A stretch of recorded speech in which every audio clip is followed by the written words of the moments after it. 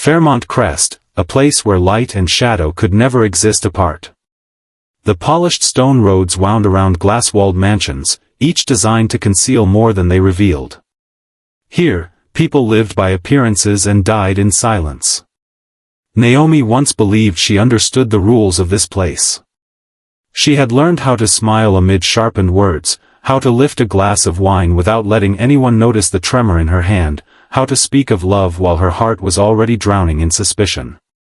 But no one had ever taught her how to survive when everything collapsed in an instant, when she discovered that the man she had once shared her life with had betrayed her, and worse, that he had created a child with the woman she had once called a friend.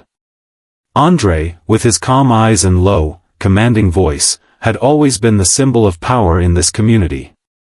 He was more than a man, he was an institution, a force, a name whispered with lowered voices. Naomi had once been part of that empire, the woman at his side at every lavish party, the embodiment of Fairmont Crest's perfection. But that perfection was only a wall concealing rot. Inside, cracks had been forming for a long time, she had simply refused to see them. She couldn't remember the exact moment when the suspicion began. Perhaps it was a late-night message, a fleeting glance across a crowded room, or merely the intuition of a woman who had loved too deeply. But when the truth emerged, something inside her stopped breathing. André and Hayley, the two names she had trusted most, had a son together, a child born of lies and raised on silence. She couldn't decide which pain cut deeper, André's betrayal or Hayley's shamelessness, the woman who had once shared with her the smallest confidences, mornings filled with laughter, and the fragile comfort of trust. Fairmont Crest had no place for weakness. Here, even sorrow had to look elegant. For weeks, Naomi maintained the composure expected of her. Her smile intact, her eyes calm amid whispers. But inside, she was a burning house with no smoke. She began to watch, to record, to gather every trace of their sin, not to mourn, but to prepare. A woman who has lost everything, even her capacity to love, becomes something far more dangerous, a creature driven by the instinct to destroy. The nights in Fairmont Crest were terrifyingly silent. When darkness fell, every sound vanished, leaving only the tick of the clock, reminding Naomi that time no longer mattered. She began to write, to outline her plans in a notebook, not with tears, but with the precision of calculation. André still believed she was fragile, that she would stay quiet for the sake of dignity and social standing. But he did not understand, fear no longer existed in her world. When a woman has nothing left to lose, she becomes the most lethal threat of all. Naomi started reappearing at community council meetings, joining projects she had once ignored. She inserted herself into conversations, listening more than speaking. Every person in Fairmont Crest had secrets, and Naomi knew how to make them talk, with flattery, with false empathy, with the silence of someone who seemed to understand. She wove a web of information so delicate that no one realized they had become part of her trap. Hayley suspected nothing. She still moved through the light, believing her love with André was destiny. She didn't see that her safety was an illusion. Naomi watched her, not with jealousy, but with the cold fascination of a predator studying its prey. Every move was recorded, every face she met memorized. Naomi even noted the way Hayley's hand rested unconsciously on her abdomen when speaking of the child, a small, involuntary gesture that felt like a blade tearing through Naomi's chest. André maintained his power, calm, composed, strategic. Yet Naomi noticed the fractures in his control. The way he avoided her gaze, the clipped tone of his words, the silence that betrayed guilt. She no longer needed a confession. She needed collapse. And for that to happen, his world had to burn first. She began with whispers, small fragments of information released at the perfect time, to the perfect ears. In Fairmont Crest, a single whisper could ignite an inferno, and Naomi knew how to light it.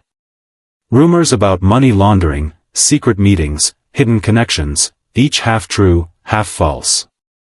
She didn't need to lie, she only had to plant doubt and let the community feed it with their own twisted imagination.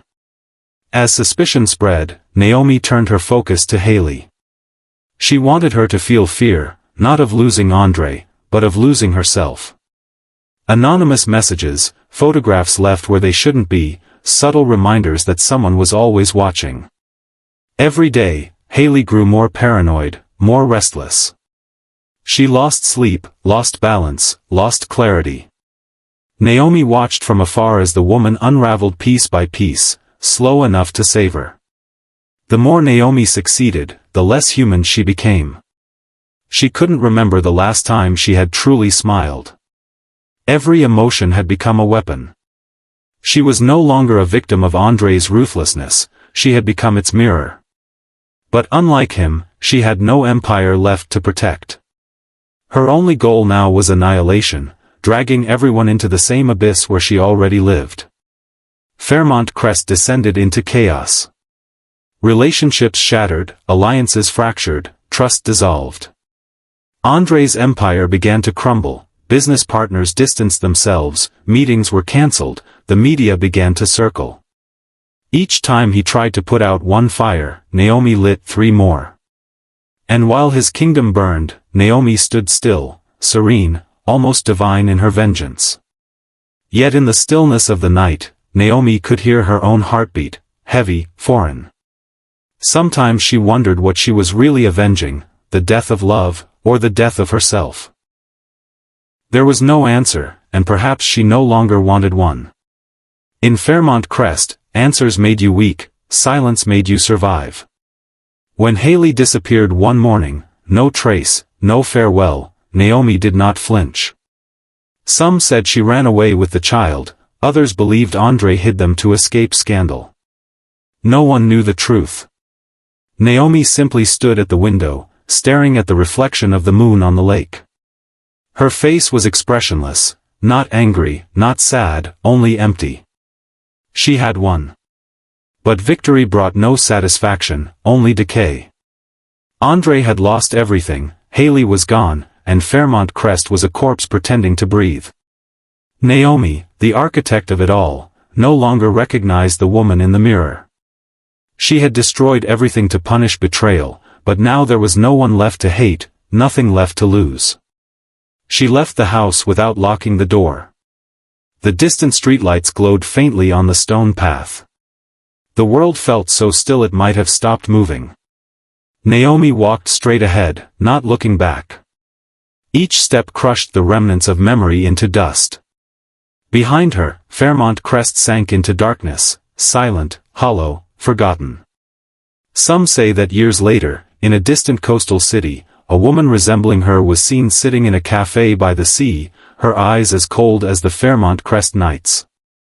Others insist she never left, that she still roams the empty mansions, a ghost guarding the ruins of her own sin. No one knows the truth. But since that secret was exposed, no one in Fairmont Crest has slept peacefully again. Because in a world built on lies, the only true victor is the one who teaches others to fear themselves. And Naomi, through her hatred, her pain, and her silence, achieved exactly that. The nights at Fairmont Crest grew longer, as if time itself had grown weary of the place. Everything that had once been splendid now lay in shadow, a shadow of decay. The mansion was now a torn-up painting, where every shard of glass reflected the faces of those who had believed themselves untouchable. Naomi still lived there, amid the ruins of her own making, in a room without warmth, where every sound was swallowed by silence. She often sat by the window, looking out at the empty courtyard where lavish parties had once taken place. Grass grew thick, dust covered the old steps. Sometimes, Naomi thought she heard Hayley's laughter echoing somewhere, thin and cold as falling glass. She knew it was an illusion, a punishment from within, because it was she, and no one else, who had turned love into ashes, turned pain into a weapon, and turned herself into the monster she once hated. Andre was gone, leaving behind a crumbling empire and a reputation beyond repair. His name was no longer mentioned in meetings of the upper classes. Those who had bowed to his power now avoided each other, as if silence could erase the memory of the crime. But Naomi knew, nothing was truly gone, it was just buried deep, waiting to be resurrected another day. One morning, as the mist still covered the lake, Naomi stood up, closed the door, and for the first time did not look around. She had no idea where she was going, nor did she need a reason. Everything that had defined her, fame, love, hatred, had been burned away. The only thing left was a heavy emptiness, as if her soul had been worn away by her own hands. But perhaps, in that emptiness, a form of freedom was beginning to sprout, a freedom no longer bound by the past or by people. It is said that many years later, in a strange coastal city, there was a woman who often sat alone in a small cafe facing the ocean. Her eyes looked far away, not belonging to anywhere, not waiting for anyone. Some said she was once a powerful person, some said she was running away from a tragedy. No one knew for sure, and she never denied it. There was only the sound of waves, a steady rhythm, as if gradually erasing all traces of the name Naomi that once made Fairmont Crest tremble. Time passed, and those who had lived in that villa all disappeared or changed their names.